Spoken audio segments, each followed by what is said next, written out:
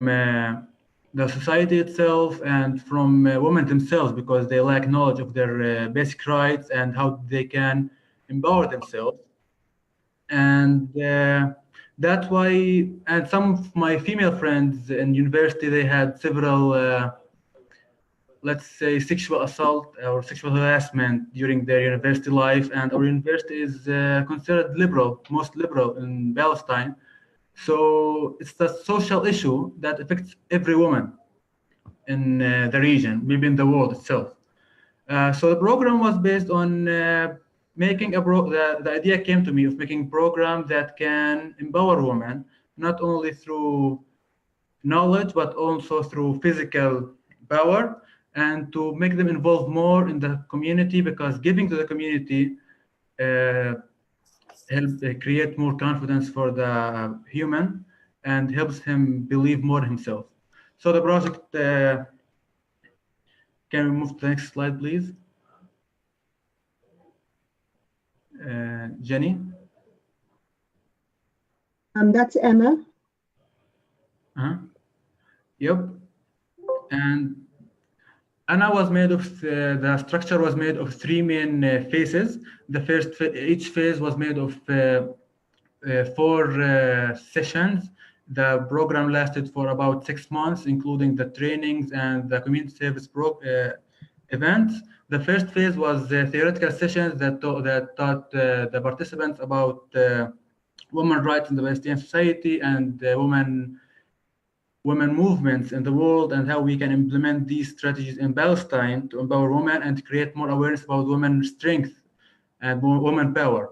The girls in the first session had a chance to express themselves, to talk more about their personal experiences regarding when they felt weak or under danger from the other gender, let's say, or from the society itself, and how they can overcome these through, and how this experience is not there only there, but every girl in the world have at least once passed through experience where they felt weak and incapable of defending themselves. Through the session, the participants realized that they can empower themselves by themselves, and they can be anywhere they want. But what we need to empower more is the physical part. Can we move to the next part, please, Jenny? So what we looked for is a physical self-defense training that was held in a local training club with one of the most amazing women in the Palestinian gender equality movement. Coach Hani Mansour, she's a licensed physical trainer. She had 4 sessions with the participants, giving them basic self-defense techniques, where they can defend themselves through in front of any assault or attack. And so this improved their skills, and they believed more in themselves. We had some feedback from the girls where this part of the project had pushed them forward, motivated them to participate more in the community, because they are not fearing anymore from anything. And when you have enough knowledge of your capabilities and enough knowledge of your rights, this creates an integrated, strong community servers. And that's when we move to the next step of the project. Can you move the next step, please? The leadership training. Girls had gone through 4 sessions, another 4 sessions, 1 hour each, with one of the gender parity specialist in Palestine, Zaina Abu Sitte, and she gave them sessions about women leadership and how they can participate in the workforce and employment after graduation. That's an issue that faces everyone, but especially for women, because we have about only 17% of the working force are women, and unemployment rates are highly through women, despite the fact that 67% of higher education are women. But when you go to the working and the career path, they're not involved as much as men, and that's based on further in previous studies that showed that they don't believe that they can participate in this.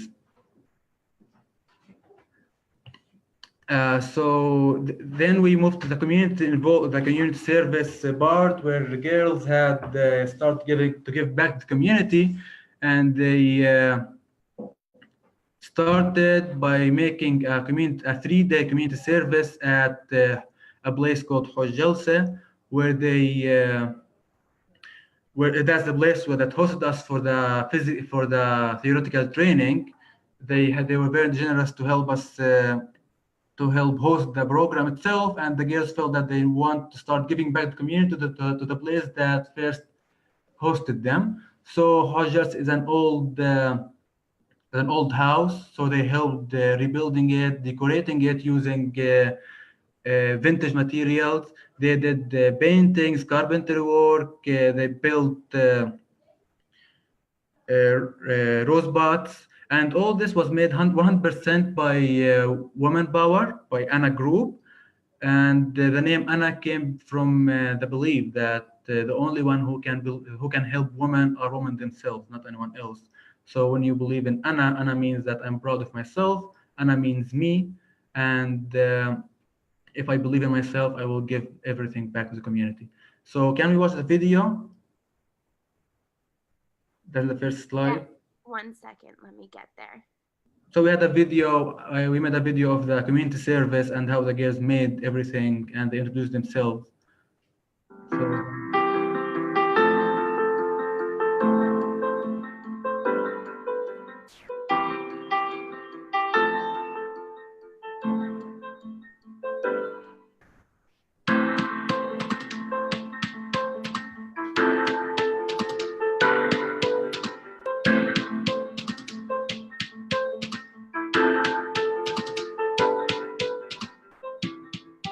مرحبا، أنا تمارا سيف، طالبة إعلام في جامعة بيرزيت. أنا من فريق أنا. اللي بيميز فريقنا إنه هو فريق قائم على مبني بطاقة نسائية كلية.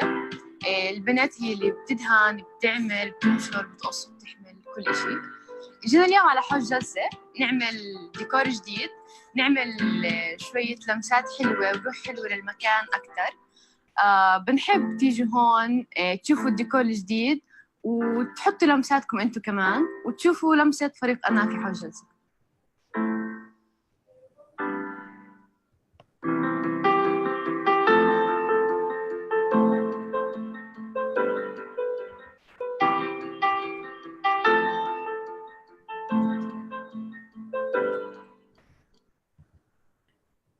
So that was the Anna experience in Hojjelse. That was the first community service project. It was a very big one, 3-day activity, continuous. The girls had showed commitment to the program.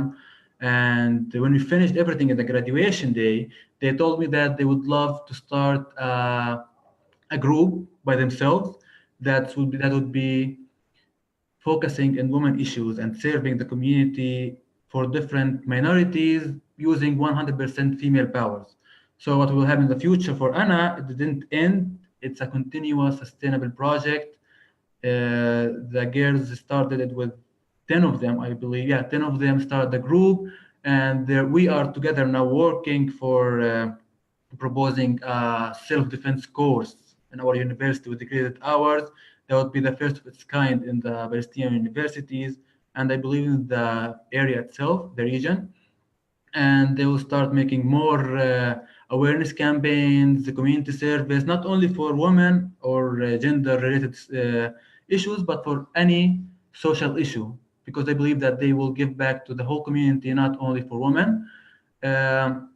This idea came from them, not from me, the coordinator and founder of this project, and I was very proud that because that showed really that they were influenced by the project and they believed in themselves eventually, and they want to initiate and start giving back to the community. One last thing I always love to mention about the program. Can we move to the next slide, please? Yeah, so this is the graduation day. That's part of the group who made it to the graduation. This little girl in the bottom two photos is Sadil. Sadil is our youngest participant. She's a sister of one of our university students. She told me, it's a fun story. She told me that she can't make it to the second session, I believe, because she has to babysit her sister. But so I told her, you can bring her. And she started coming. She started with the physical training sessions, and she came to the leadership sessions and involved the community service 3 days.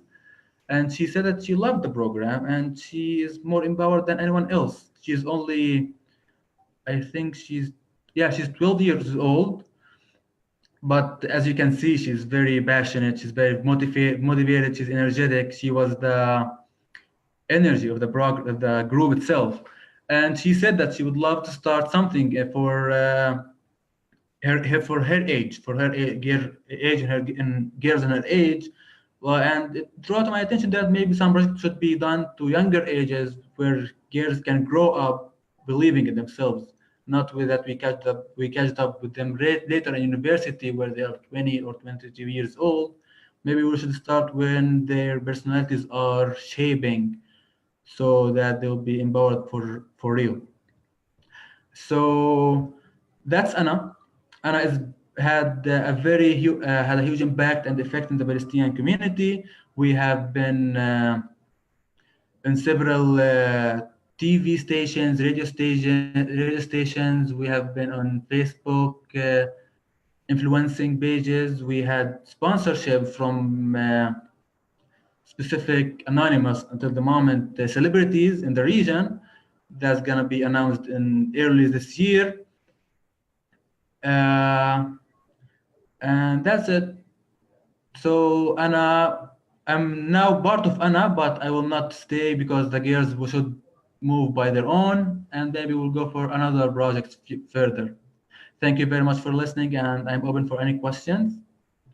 Wonderful. Thank you so much, Aman. I just have one quick question for our audience before we move on to hearing about Nendi's project. Excuse me.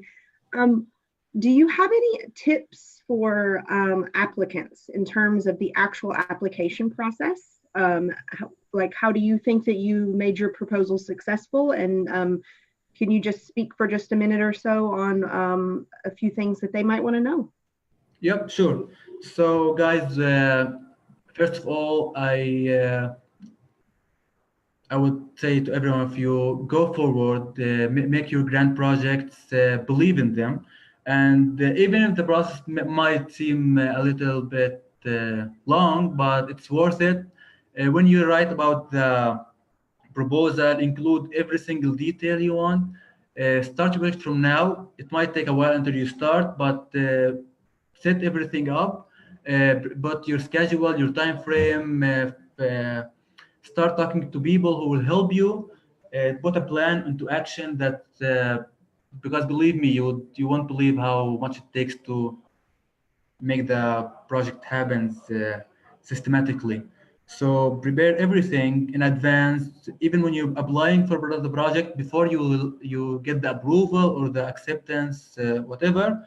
So work as you already have the project going on. For the accounting, that's very important. Make sure that you have all the accountants in the right range. Don't go too much or too low, because that might make an issue in the future when you start making the program. So talk to people that you believe you will pay for them, get an actual price offer from them. So my one main advice is take it seriously. Don't wait for the approval. Work as the project is already going and you are accepted. It's your project, no matter what you face or during the proposal. If Jenny, for example, asks you for further information, that means that you're doing great. Don't get disappointed. That means that they're considering their application, and you should keep bringing formal documents, get partnerships, sponsorships from local institutes. Try to involve as much as possible from your local community, because these people who will help you make this any project a success. And when you think of a project, think of something that means to you for real, something that inspires you, and you look forward to make a change in your community. Don't just make a project because you just want to make a project or coordinate a project. Make something that will make change. It doesn't have to be a very creative idea or out of the box, maybe something very basic, but it will leave effect on specific targeted audience. So believe in your projects and believe in yourself and go in a systematic way in the proposal and be professional. Wonderful. Thank you so much, Ahmad. You're going to hang on, hopefully, so that way, if any of our participants have questions at the end, we're going to turn it over to Nendi, and then I'm going to talk about some of the overview of the grants program and the guidelines. So let's turn it over to Nendi. If you want to unmute yourself, Nendi, and turn on your video.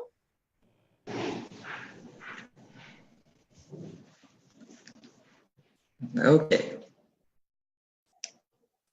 I think I'm on. All right. Hello, everyone. My name is Lukolm, Nendi Lukolm. I am from Nigeria, hosted in Washington County, Iowa State. I would like to talk to you. I'm very excited to talk to every one of you today concerning my project and the opportunity that was given to me by the YES program. First, I know that Jane would say a lot about the project. However, remember this, there's nothing like a bad project. The only problem is how you present your project. And that's why this webinar is organized, for the purpose of us learning a lot of things. You need to know that to successfully put your ideas down, to be able to convince someone that you would need support, you would have to sit down and really think deep. Now, the way a lot of us have been exposed to the YES program and applications of different projects, we all kind of have the same ideas towards the kind of project you want to do and all that. But you really need to think out of the box. If, for example, you want to make shirts to give to the less privileged, a lot of us can think of that, but the way you would present yours would matter whether you would be able to qualify to get a grant or not. Now, using my project as an example, I came up with the idea of the shoe designing workshop, or shoe designers workshop, which happened in my part of the country. Now, what could be your driving force if you're applying for a project or you're trying to do a community service or a community project? Not just because you heard someone has done this before and it was successful, then you go ahead because of the peculiarities of the event, you say you want to save. It doesn't really hold water. However, for my part of the project, I know a lot of people, probably there are people that have done projects on shoemaking and all that, but I grew up in Jos, and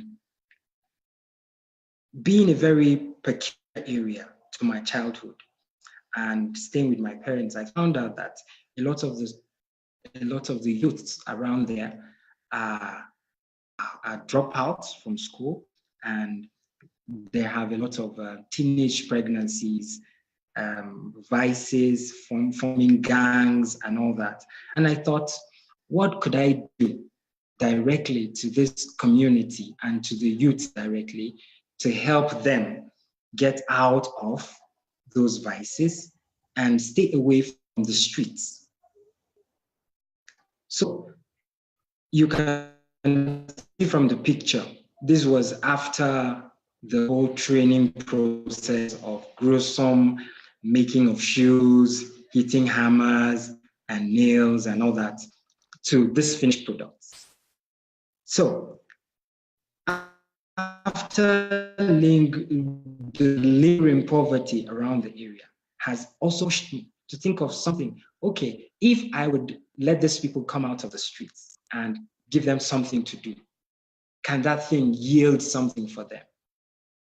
So I thought of shoemaking because everybody uses shoes. So this would be like something that would continually cycle itself. So the idea came and I sat down, drafted a project. And this is one very important thing that everybody needs to learn to do. You need to learn to draft projects. Even before an application is announced or a grant is announced, you should be able to draft projects and have like a rough book where you keep a lot of your projects. And that includes you writing the aim, the objective of your project, doing some background check on what you want to do, what has others done on that same project. Then you also be able to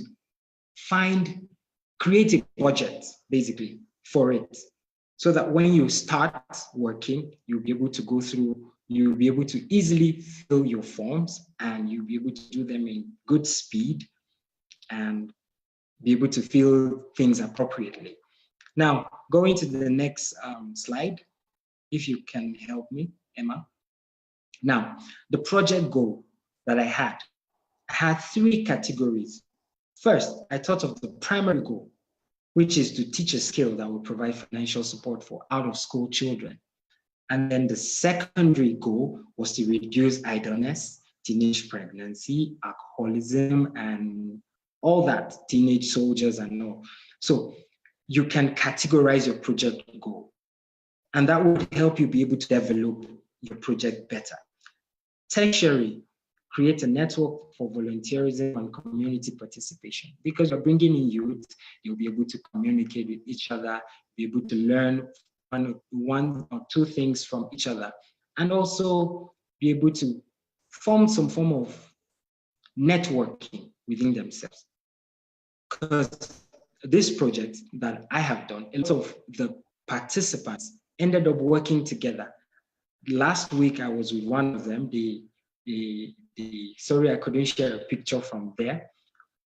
2 of the participants actually started up a small shop for making shoes. And they made a lot of shoes. They were all on display on the walls. And I was so excited because I actually didn't follow up, but I happened to drop by close to one of their homes, and then he invited me over and I saw that and I was very excited. So there was this networking, they created among themselves and were able to work. Now, can we go to the next slide? So part of my question is, do you ever draft projects? If you have not done that before, then it's going to be a good idea for you to start. I have a rough book. This is my rough book for drafting projects. I write a lot. So I bring up ideas and I write them down and plan towards them. The moment I hear there's an application here, I go ahead and just use my draft and fill it within a couple of days and I'm done. Now, one thing you need to also remember is you need to check target population, whereby you need to know the people you're trying to address or the people you are trying to make impact upon. Like Ahmed initially stated that you could see from his projects, they were basically women. However, mine was more encompassing.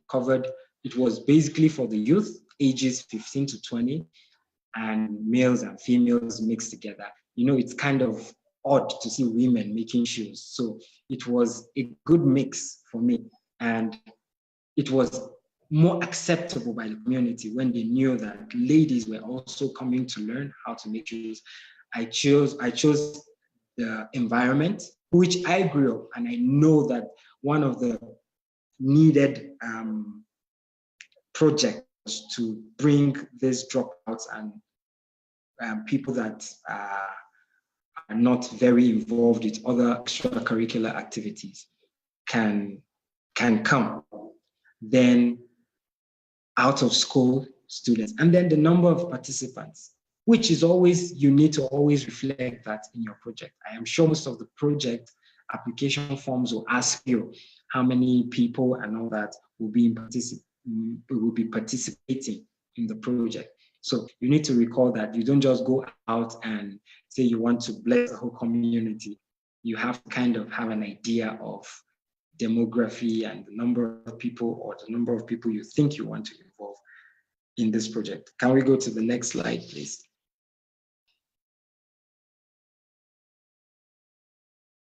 Okay, Emma, can I have the next slide? All right. One of the key most important thing of every project is budgeting.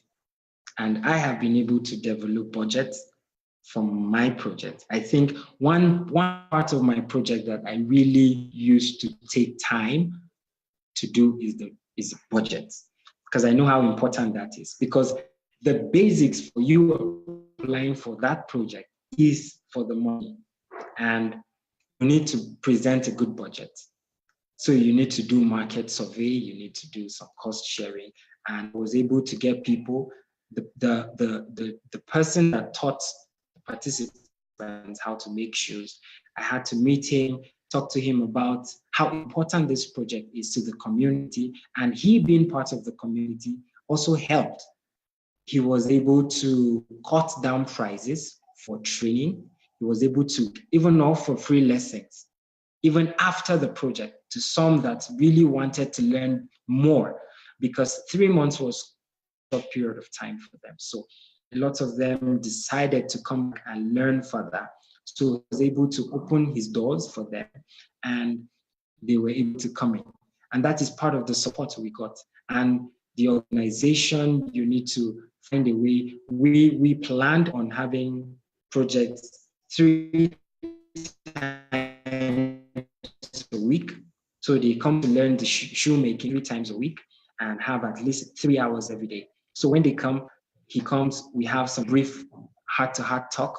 We lecture them about how to make the shoes, how to be able to sell them, some marketing strategy, and that all were encompassed into this project. And then you need to know your expenditures. You really need to keep a close tag on your expenditure. Every little thing you buy, you need to have a record of it. Every little thing you buy, you have, if you can get a receipt for it, you should have something at least to keep tally of what you've been spending. Because one of the most important things that we need to realize is when you apply for a project, a lot of times, from my experience, you don't get the complete 100% of your application. So you need to learn how to spend properly. So in most times, you would probably be going on a deficit or going above your budget or above the money that you were given. But when you are able to prioritize and make things, you need to work tightly with your budget. And then making reports is also very important.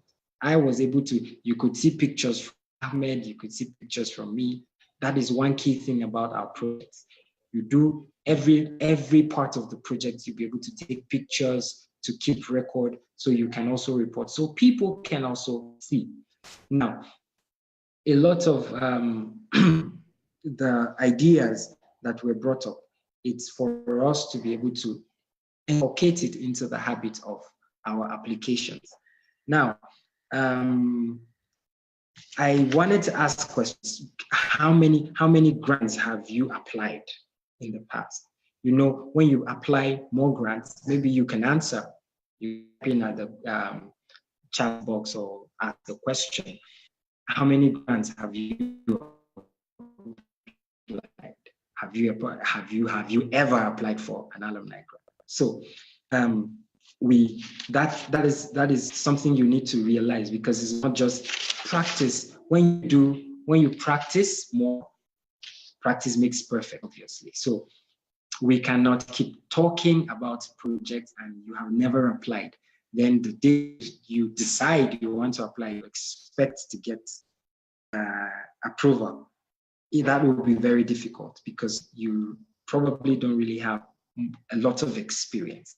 Now, we have about 57% of people that have applied for grants before, and 43% have not. That is quite a large number. So we all need to really start putting ourselves in the habit of applying for projects and getting grants. What are the common challenges you see in your environment? Is another question. Even though this is not more, it won't be a yes or no question, yes or no answer. But based on my project, I found a peculiar thing around my environment. Dropouts, the increasing amount of teenage pregnancies, formation of gangs, robberies happening all over the place. Those are peculiar things I noticed in my environment, and I decided to do a project in that line. So you don't need to look too far to get ideas to generate projects, to do projects. Just look within you. Even in your house, you can find ideas of doing projects, right? And do you draft? I asked this question earlier. Have you ever, maybe this should be a yes or no question. Have you ever drafted a project before going to apply? So maybe Emma can help ask that question. So I can't put it up on the screen, but I think it would be great if people wrote in the chat box if they have ever done a draft of a grant beforehand. You can just write a simple yes or no into the chat box. Okay. All right. So going back to the report, okay, we have Brandon Penrod said yes, he has drafted.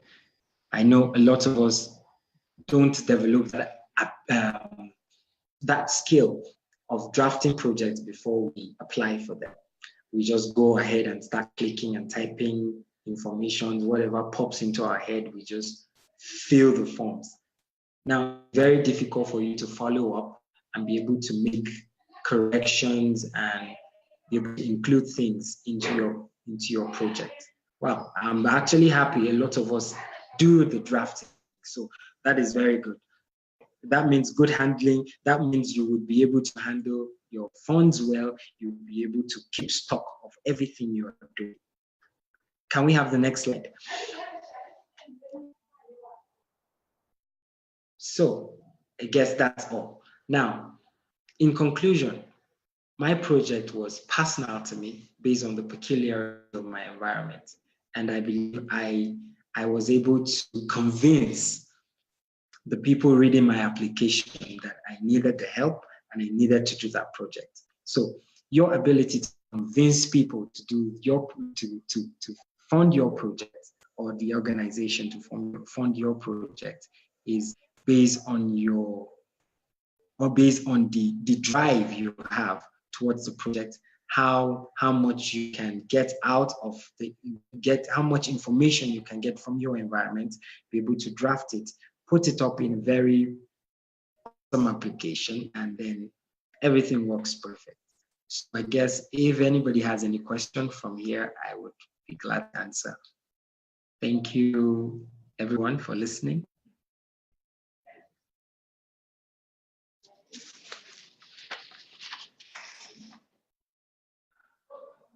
Thank you very much, Nendi.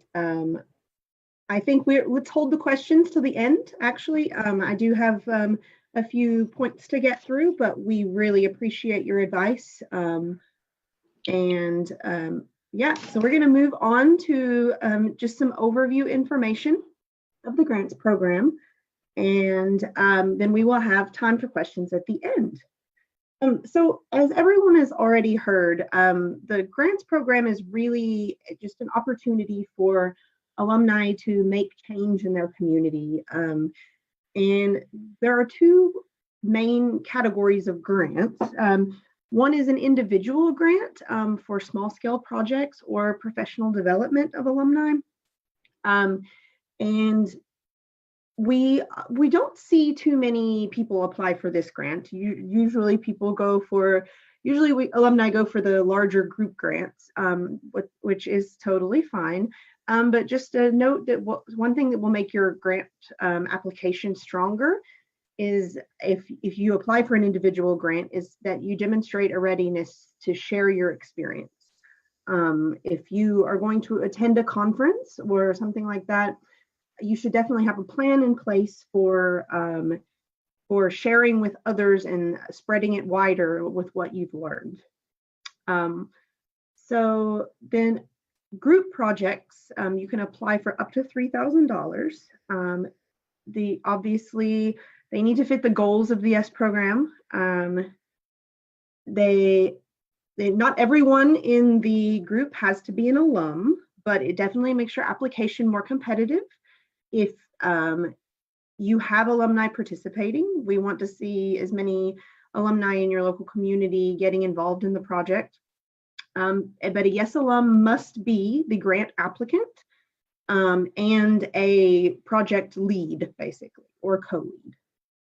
And finally, projects do have to take place in a YES program country, but it doesn't necessarily have to be where an alum is right now. So for example, if you are an alum from Nigeria and you happen to be going to school in Lebanon, for example, you are absolutely welcome to apply for a grant. All right, let's move on. And just a note, I'm going to try to go through this quite quickly because I want everyone to have time to ask questions, especially to Ahmad and Nendi, because they're the ones with the experience, and I know you all must have questions that you want to ask them. So typically we award about roughly 20 projects every year, and alumni are responsible for all reporting and accounting. Then as you saw or as you heard from Ahmad and Nendi, there are different categories of grants that you might apply for. Like Ahmad had an entrepreneurship themed, Nendi had an entrepreneurship themed grant, whereas Ahmad's grant focused on women's and girls empowerment. But there are a lot of other categories that you might see grants in. A lot of alumni do environmental projects. Right now we have an alum in Lebanon who is doing a recycling project. There's also public health. We had a grantee last year. I don't know if you were able to read the website article, but we had a grantee last year that built a water tank in Kenya to help an orphanage that was suffering from the droughts that were happening there. A really cool grant project from last year that promoted the inclusion of persons with disabilities in Ghana, where an alum was teaching a group of students with disabilities how to swim. And also there's a, sorry, excuse me. But yes, if you want to check out some other grant project ideas, visit the YES website. We just posted an article about 18 projects from last year. And there are also hundreds of more stories on the website that will give you inspiration of project ideas to do. And we can move on next. Okay, so all YES and YES Abroad alumni who successfully completed their program can apply for a grant. Our grant application is going to launch on Friday, December 14th, and it will close on February 11th. There are two ways to apply. You can apply online at the web address here, or you can download a Word application from the website, same web address. If you ever have any questions, or if you just want to email me and say, oh, can I get a copy of the application? You're welcome to do that too. I will share my email address before we sign off here. All right, next slide, please. Okay, so as I mentioned, the grant application deadline is February 11th. Typically, we notify around early summer, usually like late May or early June.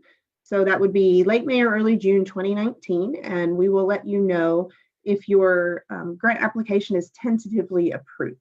Because typically there are, I think Nendi mentioned this, that there are usually a few follow-up points. Maybe I might ask you for a letter for if you have a partner who agrees to provide some cost sharing, or I might have additional questions on your application, or I might often have to ask you to revise your budget or like reconsider some points that you plan.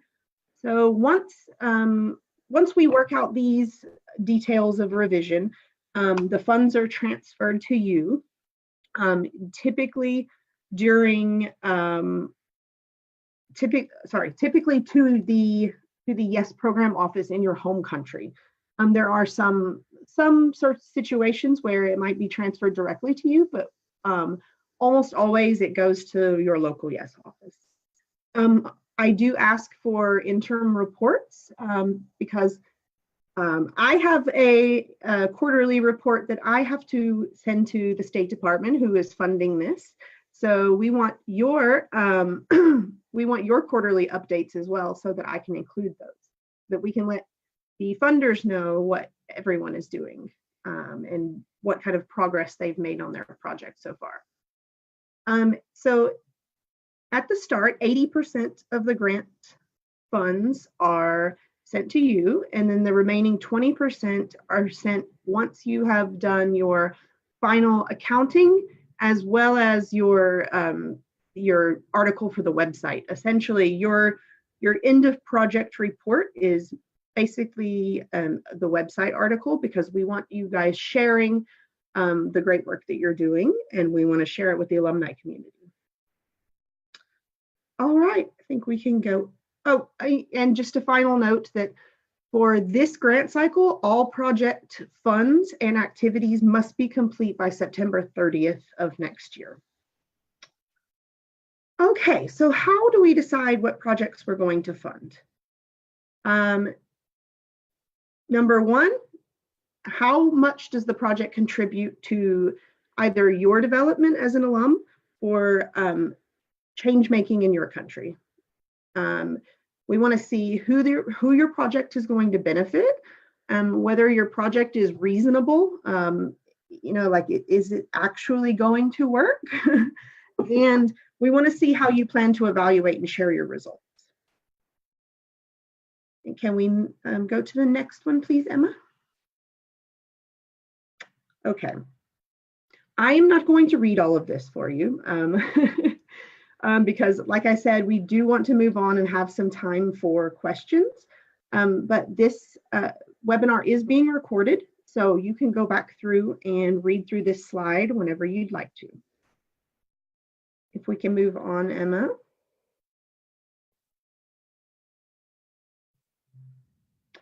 Okay, so it is important to consider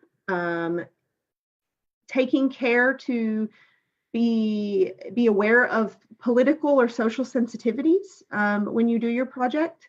I think a lot of times this plays out in like taking photos, for example. If you're doing a project with children and you don't have every parents' consent, you should keep, for example, just keep in mind when taking photos that you protect their faces and anonymity. You want to get buy-in from the local community. The more partners you have and people who support your project, the stronger your application will be. And just do take care that you know your local laws and your tax liabilities, because every government is different, and you should definitely do your homework and take care that you are respecting everything from cultural norms to the laws in your country. All right, Emma. Okay, so a few things that alumni grants can't fund are computers or electronic equipment, can't fund alcohol, and different things like that. And all this information is in the application. So you'll be able to check that when you apply. And then there are other items that we fund, but only no more than 30%. So for example, t-shirts, paint or durable goods or supplies like that. Yep, you can go on, Emma. Also too, if you're an employee of any of the YES partner organizations, unfortunately, you're not eligible to apply. We can move on. Letters of support are an important part of your application. If you have a local organization that intends to either give you monetary support for your project, or if they plan to spend their time or resources, it's very important to have a letter from them, and the letter needs to indicate at least an estimated value of their support, even if it's just time. So if say, for example, you know, a local organization plans to work with you on your project, then the people who involved, they should estimate a quantity of how much their time is valued at and how much time that they're going to put into working with your project. So even if it's not an actual donation, we want you to let us know, like, just how much is their support worth. And you can go on, Emma. Okay, so this is what the application looks like. This is where you'll go when you click that link that was back there, and this is all going to be posted on the YES website. So everyone will be able to find the application link under alumni and opportunities. But so this is what it looks like when you enter. You'll have the ability to either enter the system and do your application within that, or you can download a Word version of it. You can also download a Word version just to know exactly what's being asked. I think Nendi talked a lot about really thinking through your application when you draft it. So it's a good idea, even if you're going to apply within the system, to go ahead and download the application and start really working out the details of this. Also, one more note too, Nendi was talking about, you know, really thinking about really drafting your proposal and thinking things out. We're going to have another webinar next week that's going to be on grant proposal writing. So we hope you'll join us for that one. Okay, we can move on.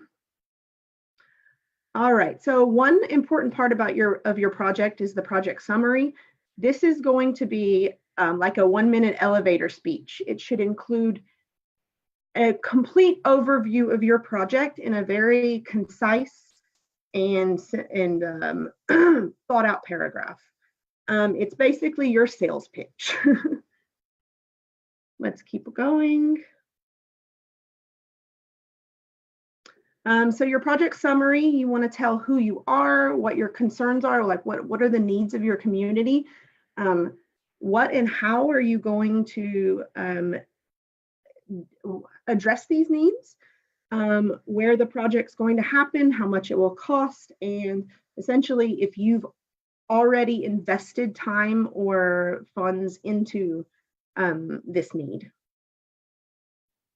Let's keep going.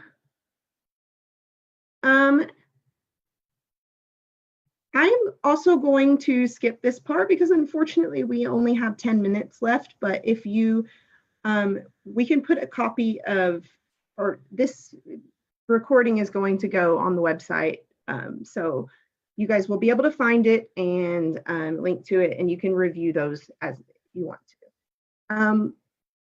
So we have added a new component this year. We want everyone to focus on social media during your project. So the application is going to ask you to make a social media posting plan. Let us know what platform you're going to post it on, when, and you know, we want to see all the milestones along the way, not just the finished, the very, very finished project. We want to see everyone posting during the planning, during the implementation, and even after as like a post follow-up, wrap-up posting too. Okay, let's move on. All right, just a note on your budget. You need to be very specific in your budget cost. You, for example, you know, when you're writing out your budget, don't just say bus. You know, for example, you want to tell us where the bus is going, how many participants are going to be on the bus. And if you have any cost share, explaining how you are acquiring that cost share. Let's move on. Okay, as we mentioned, cost share is any actual money, goods, people, services that that another individual or organization in your community is going to apply towards your project. And as I mentioned before, you need to have letters of support for all cost share or in-kind donations that you're receiving towards your project. Let's move on. As I mentioned before, funds are almost always sent to your YES program office in your local community. 80% is sent up front, with 20% sent after all the final reporting and accounting is done. And we send the funds generally about 1 month before the project start date. And we can go on, Emma. So your application will be evaluated by the YES program staff in your local office, by the recruiting organization here in the US, and then also by us at American Councils. And as I mentioned before, with almost nearly every application, there are usually some kind of follow-up questions that I have, either to ask you to get a letter of support or make budget adjustments, or even just to explain some further points of your project plans. Okay. All right, so Emma, if you could just skip to the very last slide here, since Nendi and Ahmad have already gone, I appreciate it. So essentially, if you have any questions, you can email me at yesalumni@americancouncils.org. I am happy to answer questions or give you any guidance you might need for your project. So unfortunately, we only have about 5 minutes left, but I'm hoping that that's still enough time for you guys to answer, to ask questions to me, Ahmad, or Nendi. So if anyone has any questions, you are welcome and open to ask those now.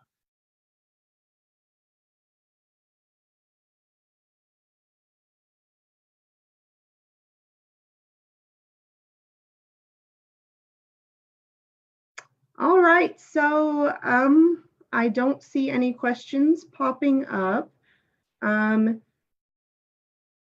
Nendi, Ahmad, would you guys like to come back on and just say goodbye to our audience? And if you have any final words, you may. Okay, so we do have a question. What is the hardest part of the alumni grant process? Would either of you, Nendi or Ahmad, like to address that question?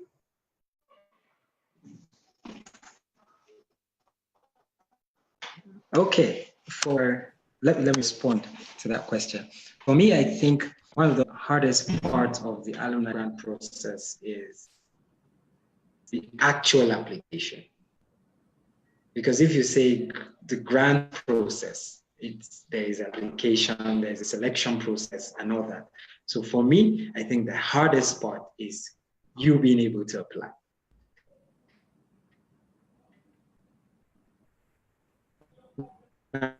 You need to have that conveyed everything in writing so you could be considered. So that is the most difficult part.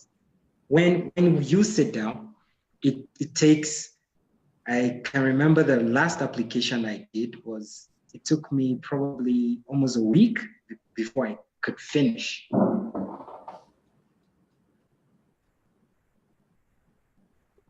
The application gradually, you would lose track of what you're doing. If you say you want to fill it within a sitting, you probably get lots of things wrong. You would skip some things and you would not really take your time. So application itself, having that time to sit down out of all your busy schedule and to fill application, I think it is one of the most difficult part and the hardest part of the application? Maybe Ahmed could respond.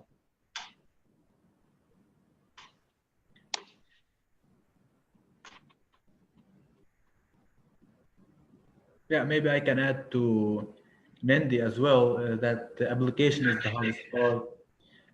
Expressing your project, what you're gonna make. You should get the feeling that you're already in the project. You have to convince the committee that your project is worth it. So yeah, basically is expressing yourself through the proposal is very important. It might be the hardest until you get to start the project itself. When you start the project, it's the hardest part actually.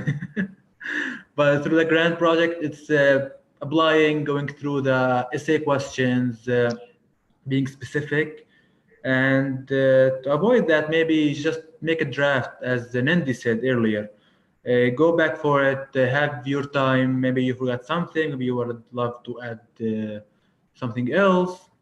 So you don't feel that you missed anything. So that's it.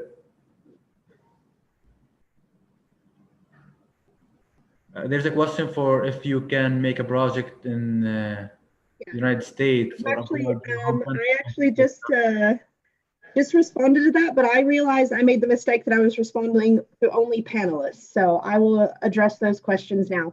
So one alum has asked if we can have a recorded version of this webinar.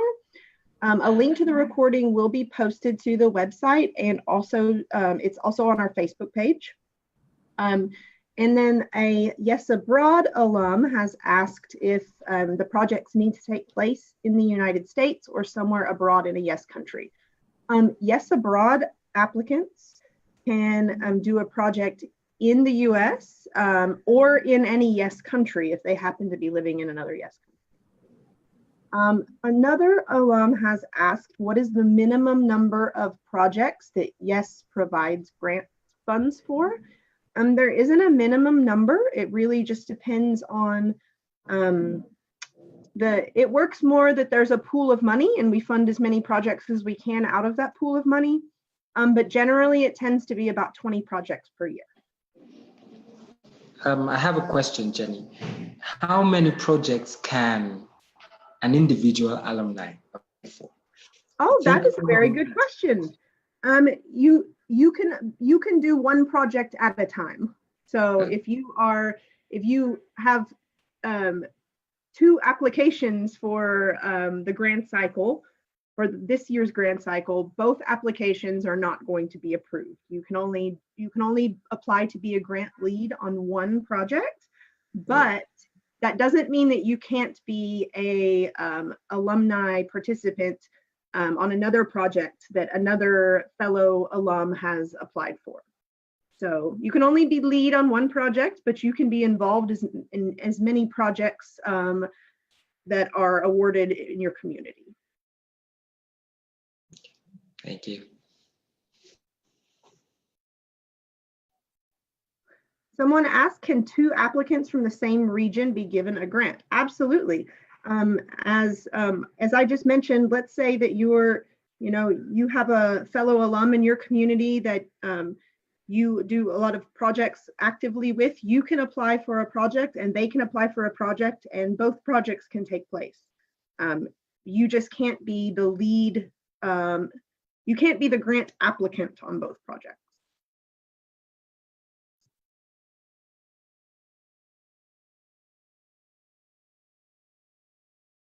All right, guys. So we are out of time now. It is 10 here. I would just like to say, if anyone has any further questions, like I said, you are free to email me. A recording of this webinar is going to be posted on the website and is also on our Facebook page. I would just like to say a huge thanks to Nendi and Ahmad for telling us about their projects today. I hope you found some inspiration from their passion and drive to make a difference in their community. Thank you very much to our colleagues at IRN for helping us out. And thank you for bearing with the technical difficulties. The webinar didn't quite happen as it was intended to today, but hopefully we made it work. And just Don't forget to interact with us on social media. Check out our Facebook page, read stories on the website. There are so many good stories about projects that have taken place. If you can't get inspiration from the YES website, then I don't know where you can get it from. So just please do go on and read about what your fellow alumni have done. And if you, like I said, have any questions, you can always email me. So thank you, everyone, and have a wonderful rest of your day wherever you are.